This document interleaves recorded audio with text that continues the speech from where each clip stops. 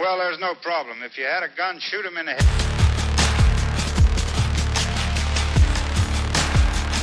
So, welcome to Paul G's Corner. This is a podcast where not just anyone gets a voice anymore. It used to be, sure. If you had a pulse and a pitch, you were in. But now the bar is now a little higher. I'm looking for the weird, the sharp, the kind of stories that stick with you long after the episode ends. And we still dive into the stuff most people overlook, fringe ideas, offbeat lives, professions that slip past the spotlight, and there's always a line of interesting people waiting to tell their tale. But sometimes they do get bumped for strange or louder or just the unexpected. I started this show, as you all know, because I like to talk to everybody, and you know I do. And Nat and Andrea keeps putting me in timeout in the corner, so I figured if I'm going to be stuck in the corner, I might as well make it mine.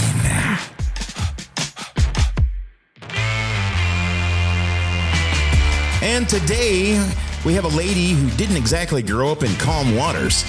Her childhood had more turbulence than a Southwest flight in July. Mental issues, abuse, and everything in between became her daily routine. Oh, wow. While most people would have gone under, she didn't. She swam right through it. And then instead of taking it easy, the nurse in her led her to helping those in hospice. I guess because apparently she likes standing where life and death ends and shake hands, I guess.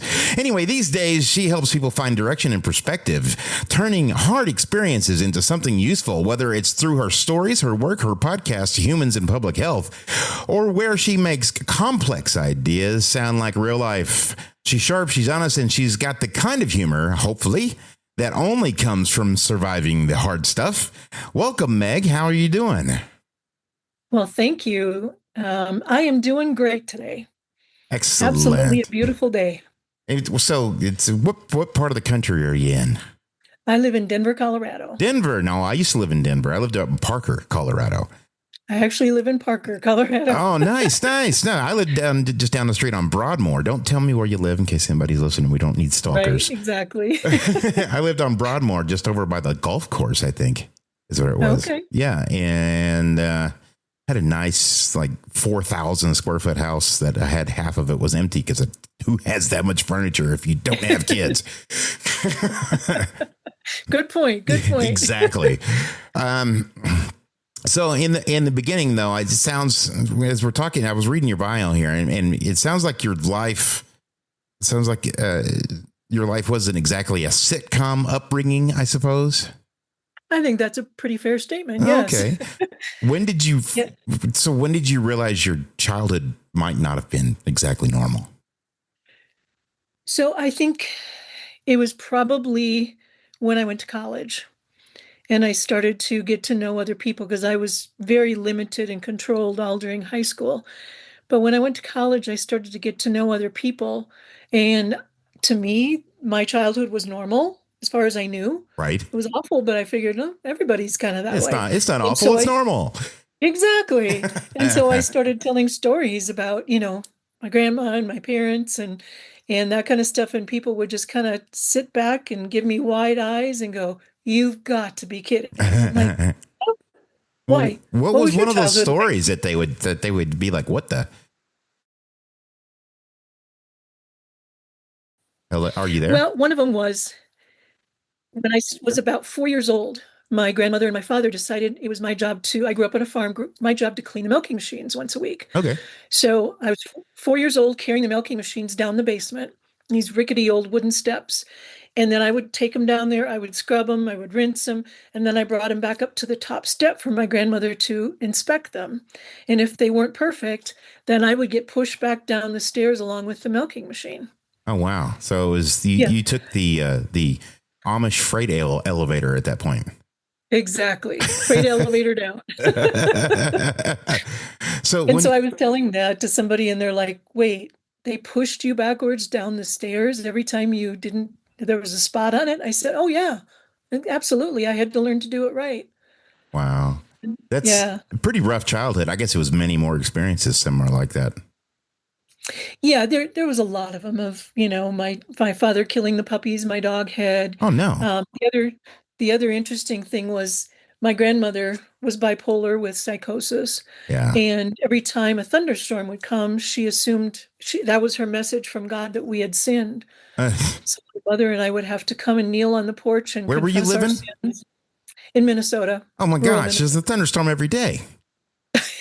I know.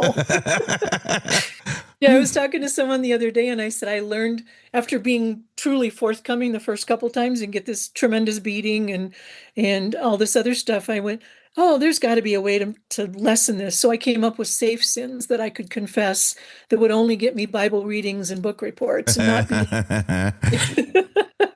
Well, I set fire to the farmer's house. No, I'm not going to tell her that. Probably don't. Yeah, that's not a good idea. Yeah, I said a bad word. Yeah. Oh, okay. Or I forgot to do my homework on I looked Tuesday. very meanly at the chickens. Yeah. So hey, I guess, most people come out of that kind of angry. And I sure did. And interesting, I woke up when I was 15 years old and I couldn't move. I was completely paralyzed. And that was just a culmination of all the injuries. Really? And after that point, I started to really say, okay, I just have to do what I have to do to survive. But once I left for college, I went through several years of rebellion Sure. because I was just an and I had no idea who I was because every word I said, everything I wore was scripted for Well, me. no one knows who they are in the first place when they hit college. So it's much less if you really haven't had any of the work done because you've been ducking the whole time.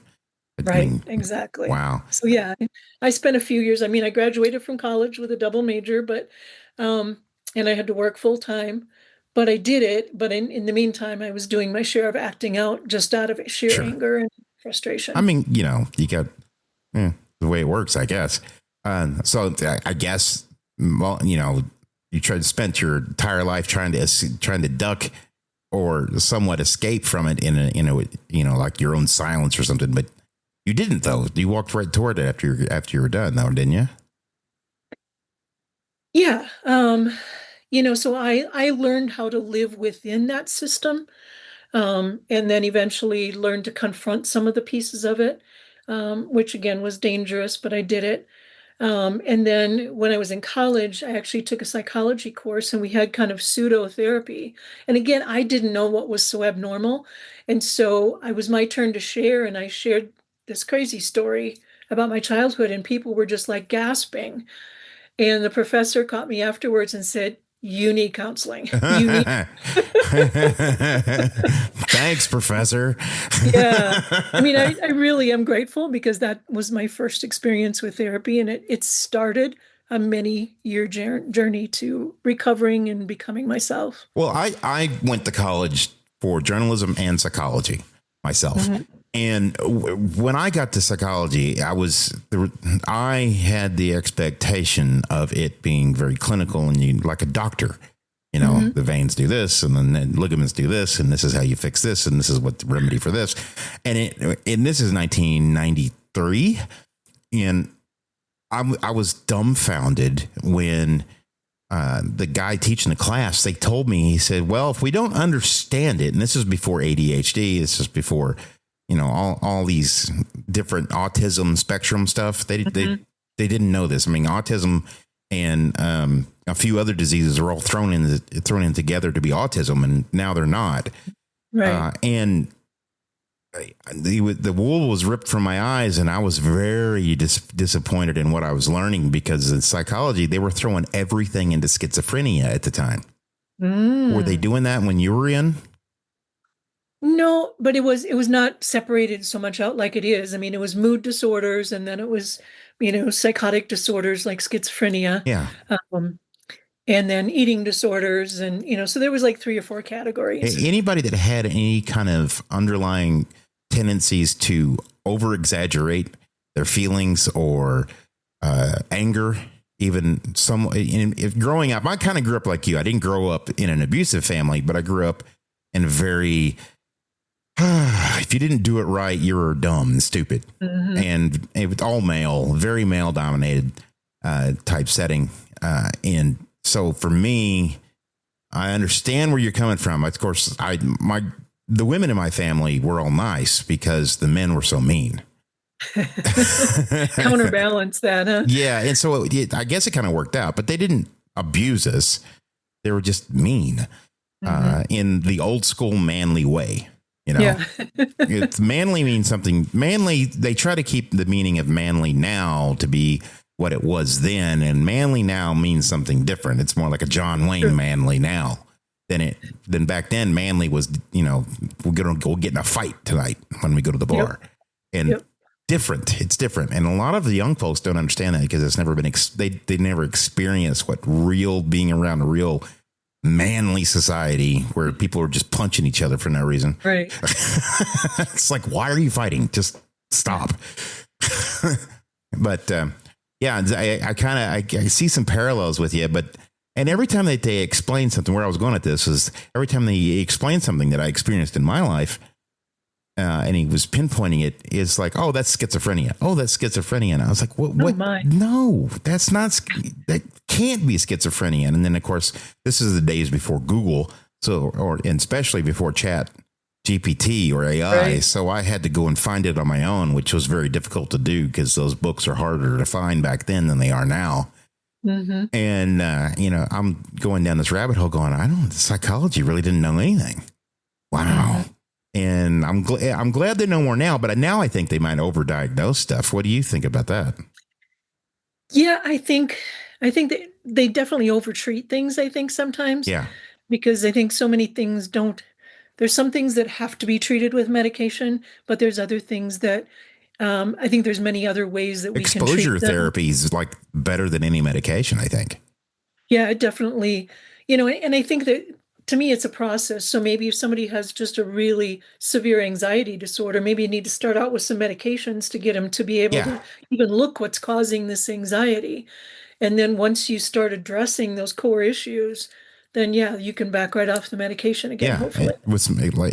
I've found just in my own life, exposure therapy is very helpful.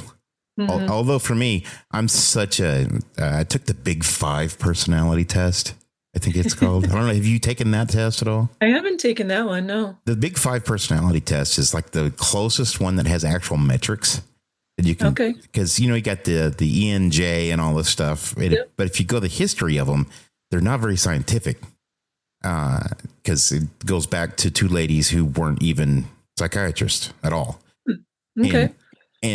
But I took the Big Five personality test, and it's like out of 100 people in the room, you are 99 of them are less aggressive than you. I'm like, oh, well, that makes a lot of sense, actually. So I guess you could have chosen something quiet and easy, but you also went into hospice, right? Yeah, that was later on. So I was in management for many years. And then You were a registered nurse, right? Yes. Yeah. And a master's in healthcare administration. And so I'd done That's that. the same as Andrea. Did you know that?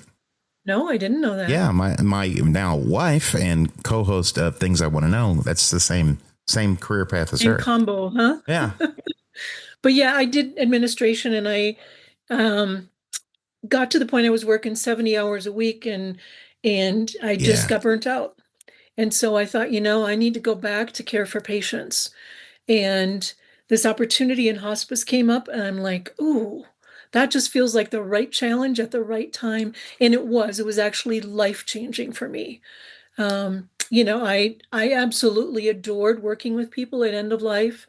I loved being able to keep them comfortable, to help them work through issues.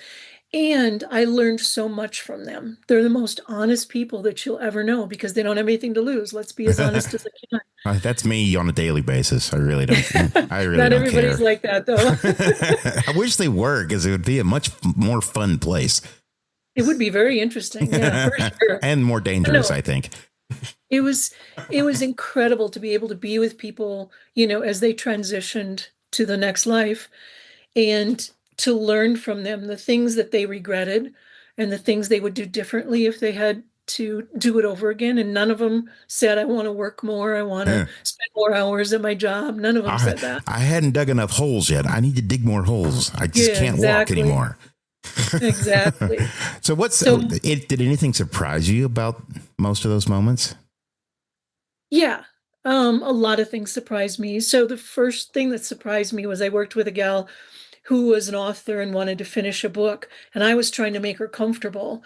And so we had kind of a head-to-head where she said, "My legacy is this book. So don't you dare medicate me so my brain doesn't work as well as it normally does." And that was the first time I'm like, no, this is your death. This is not my death. I'm not trying to be here to put my idea of what a good death is. And so that really shifted the perspective for me. And then a few years later, I had the privilege of caring for a medical director that I had worked with. Mm. And he actually requested me to take care of his care and guide it. And after I'd worked with him a couple months, I came in one day and he said, "I hope you don't take offense by this, but," he said, "the light has completely gone out of your eyes." He Oh said, no. "I don't know what's going on in your life, but you need to figure it out and you need to fix it." And he was so right. I was in a toxic marriage. I was working 70, 80 hours a week between that and helping my husband create a business. I was not sleeping more than 3 or 4 hours a night, and I was starting to develop some real medical issues. Uh, So that was my wake up call and the gift he gave me. so I guess now you're kind of trying to like turn your pain into purpose kind of thing. Yeah, because I didn't even know who I really was. I was living life by my boss's expectations, my company's expectations, my husband's expectations, my family's expectations. And so that started the journey for me to figure out what I really value, um, remodeling of my life to fit my values so that most of my time was consistent with my values, and really learn deep down who I was and what I had to offer this world.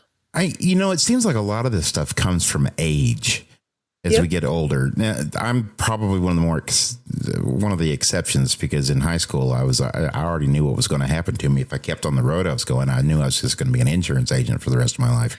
And that's why I felt like I gave up then. It's like, Okay. because that's what my father did. Yeah. But I finally stood up and so I thrashed around a lot. That's what I ended up doing. So it seems like something we get when we age, though. I see a lot of people they hit their mid 30s, mid 40s, and their perspective starts to change. It does. That's very accurate. I actually interviewed about a dozen women in the last 2 weeks about authenticity, and every one of them said they didn't even start that journey until they were in their 40s, 50s, and some even 60s. And so I think it's something that we get so busy with life, and we're so busy trying to make a living and do what everybody wants us to do, and we don't even take the time to figure out who we really are and what do we want to do and what is meaningful to us. So I guess now you're helping people find more of a direction and perspective kind of thing.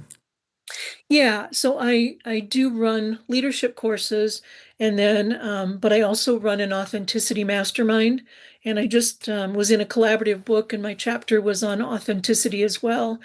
And I'm writing my own book, which I'm sharing kind of the experiences from my childhood and then the journey and ended up the gifts that I got out of that childhood. But I enjoy working with people who are like, wait a minute, they're so busy spinning that they haven't taken a time out to see who they really are, maybe how they want to lead, how they want to live life. And we go through a journey of discovering that for them. Very nice. So I guess from your side, what kind of perspectives are you gaining from doing this with people? I think the first real perspective I got was it's not just me. I'm not alone in this journey to find my authentic self, and I'm not behind the eight ball because I didn't start this really until my 40s. I initially thought that was just, I wanted to help people get there sooner. And what I'm realizing is most of us are not ready till our 40s to really take this journey. Some people are overachievers and do this in their 30s, but what I'm trying to do is help people expand their authentic span. Now that I've finally am there and in a happy marriage Yeah. and doing things I love. It's been the biggest this thing for me because I've always just been me. My motto since I was probably 16 has been "I am me," which means you take it or leave it. This is who I am. This is what you get. If you don't like it, don't talk to me. You know, And that's my aggressive side I was explaining earlier coming out. Right. But I just don't have patience for silliness a lot of times. I hear you. I hear you. I think the other perspective I've gotten is all the negative messages that we've either gotten from childhood, gotten from school, gotten Yeah. from partners. We spend most of our time talking to ourselves in a negative way. Well, And one that's of the the biggest things voice you listen to. one of the things that I found that we've told kids is that, and I feel like, and I'm going to, another aggressive moment for me, I feel like this is the greatest lie I ever told children, is that they can be anything they want to be. While that's true, it's also completely false. And I find a lot of folks, their grief comes from figuring out that they could never be what they thought they were going to be. And those expectations were unrealistic. I don't know, do you run into that a lot? Yeah, I do run into that. And I think not as much as you might think, but a lot of us had these pie in the sky dreams of, becoming an astronaut or becoming a doctor, Yeah. or becoming, and I know for me, my dream was to become a veterinarian. And it didn't happen. So then I have the choice of sitting in this victim mindset that my life didn't work out the way I wanted it Yeah. to, my dreams didn't come true, or I can pivot and go, look at the incredible career I've had and who I've met and what I've learned and how I've grown. And so that's a big mindset shift. Yeah, exactly. And when I start to think, well, if I would have just tried harder when I was 20, but then I remember all the other stuff that I did. And I'm like, you know what? I don't know if I'd trade it because it really wasn't all that bad. Even though it sucked, I had now have all these experiences that I know that most people don't have. And most people think, oh, he's just making it up. No, I did everything. I literally did everything. I worked in the cattle business. I was an auctioneer. I was a DJ. I was a radio DJ. Oh my gosh, bars. I was an oyster shucker for a while. I was an insurance man and made a bunch of money. The only thing I didn't do is race cars, but that's because, if I race cars, I take a chance I won't be able to go out and be an oyster shucker next week, Might have been just, I didn't do anything stupid, but I just did everything, and it was interesting, and I learned and met so many people. So yeah, I could have stayed in college and not met anybody, and I could have been a psychiatrist. This was probably what I was going to be, and I would probably hate my life at the end of it because I didn't do anything, and that's not who I am. I'm a person that goes and tries everything. Yeah, and I think all those experiences that we have, trying different things or doing different things or going different places, all add such value to our life. Now, Really. do you think people are afraid of like working on themselves, like healing kind of thing, because it means letting go of who they are? Yeah, maybe that, but it's also what I'm doing right now is predictable. I know what's happening. I know how people are responding to me. I'm comfortable, maybe not happy, but comfortable in what I have right now. And there's a fear of, okay, if I take this big step and start discovering who I really am, maybe nobody will like me, or maybe I won't have a job, or maybe, because I noticed one of the things for me was when I really figured out who I was and what my values were, I didn't sit in the shadows anymore. I spoke up and I shared, information, and I gave feedback and I shared opinions. And that had a different response from people than when I was just this quiet little node in the corner. So you've gone from helping people as a nurse with their physical ailments to helping them feel comfortable as their life was over. And now you're into helping people learn how to be comfortable with who they actually are. Is that what you're saying? Yes. Yes. Hey, just kind of tell me a little bit about that. What you're doing then, because I don't think we've actually not covered that as much today. Yeah. So I do both workshops and individual work to help people really discover what are their values. What is the most important thing? 3 to 5 values that are most important. And then we do some assessments as to see, is your life that you're living matching what your values are? So we do actually a time study for a week or so and come back and have that discussion and go, And, I know my life before I did this, it was like maybe 5 to 10% of my week was actually focused on my values. The rest was focused on everybody else and everything else. Yeah.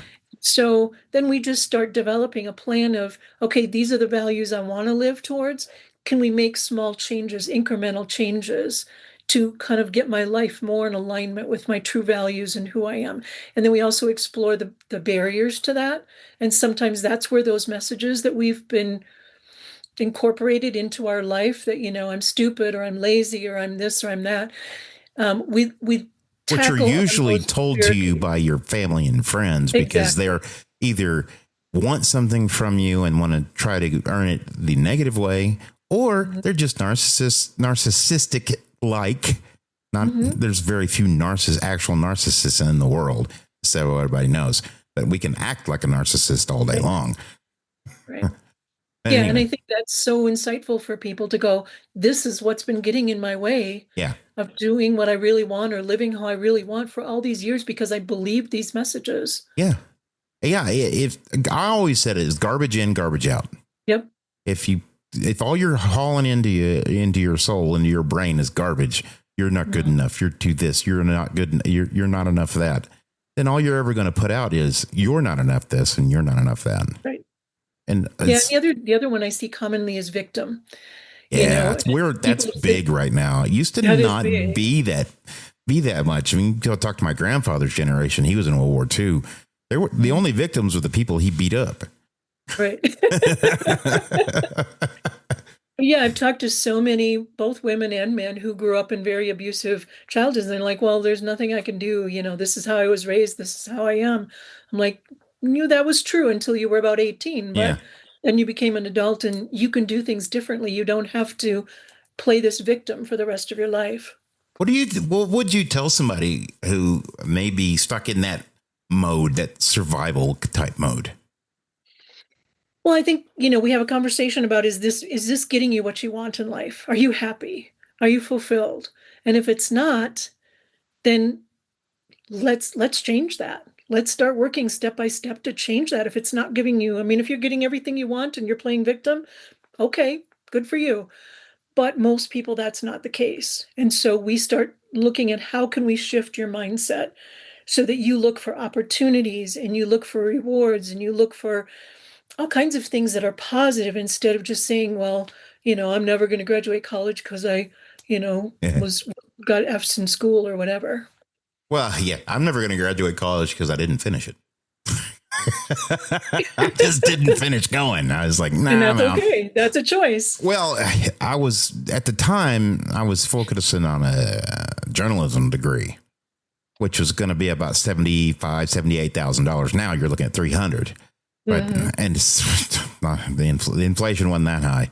Anyway, and I went to work part-time for Benton County Daily Record, and I was, $12 an hour, $10 an hour.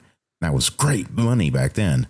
But the guy, the editor was only making 35. I'm like, wait, you making 35? You're the editor of this section of the paper, which is probably where I'd want to be. And I'm going to pay $75,000 to $80,000 in 4 years of my life to make $35,000 a year. And I did the math and I was like, nah, I'm out. I walked away. Isn't that crazy? But it's the only thing. You have to make those decisions, I guess.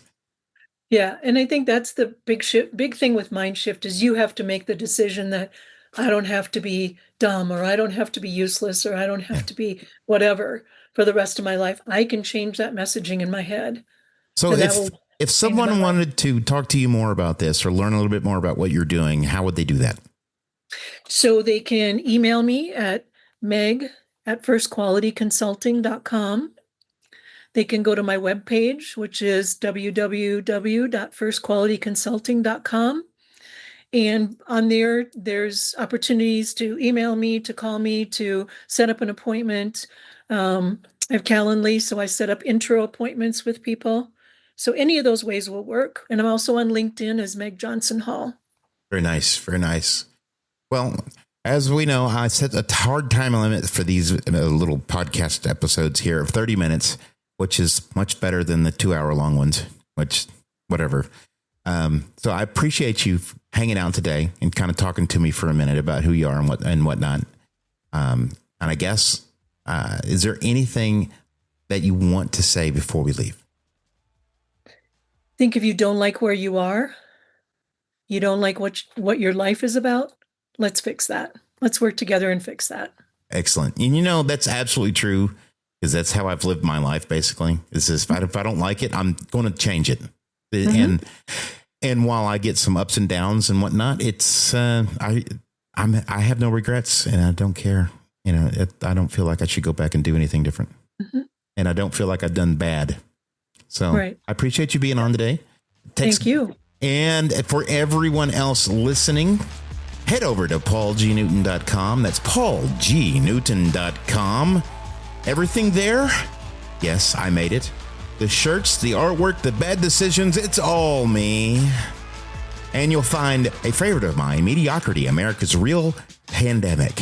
It's my tribute to John Milius, a patron saint of the creative defiance. Or if you your future historical garb, which I also have up there, so remembering the Squid Wars of 2783, honoring the brave cats who fought in a war that hasn't happened yet, and a bunch of other stuff. So buy one, buy all, or just send me money, whatever. I'm not picky. Either way, you're helping me fund my caffeine problem with FOIA requests, and my general disregard for authority.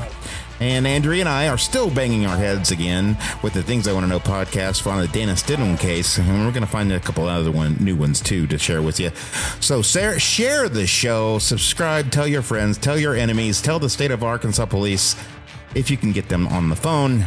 So I guess that's it. I'm Paul G.